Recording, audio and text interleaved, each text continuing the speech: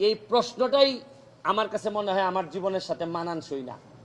আমি কোনোভাবেই এই দেশ ছাড়বো না। এই দেশ আমার। দেশ ছাড়বো তো আমি কখন, যদি আমার এমন কোনো অসুখ হয় যেটা দেশে কোনো আর রোগ, এই রোগ দেশে কোনো চিকিৎসা নাই, তা তো আমি মনে করি মৃত্যু তো হবেই। দেশটাতে হওয়ার মতো শান্তি আর কোনো কিছুতে আমি পাই না।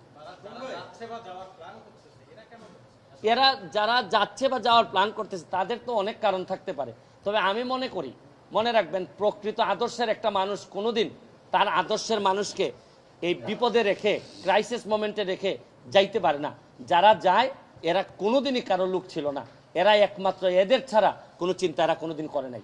আমি আপনাদেরকে বলবো যে শুনেন, উত্থান পতন, জমিনে কে সম্মানিত হবে তার ফয়সালা হয় আসমানে। উত্থান থাকবে, পতন থাকবে। তারপরে যে যে আদর্শের আছি, এই আদর্শের দুঃসময়ে যদি থাকতে না পারি, না হয় আমার এমপিত্ব যাবে, আমাকে না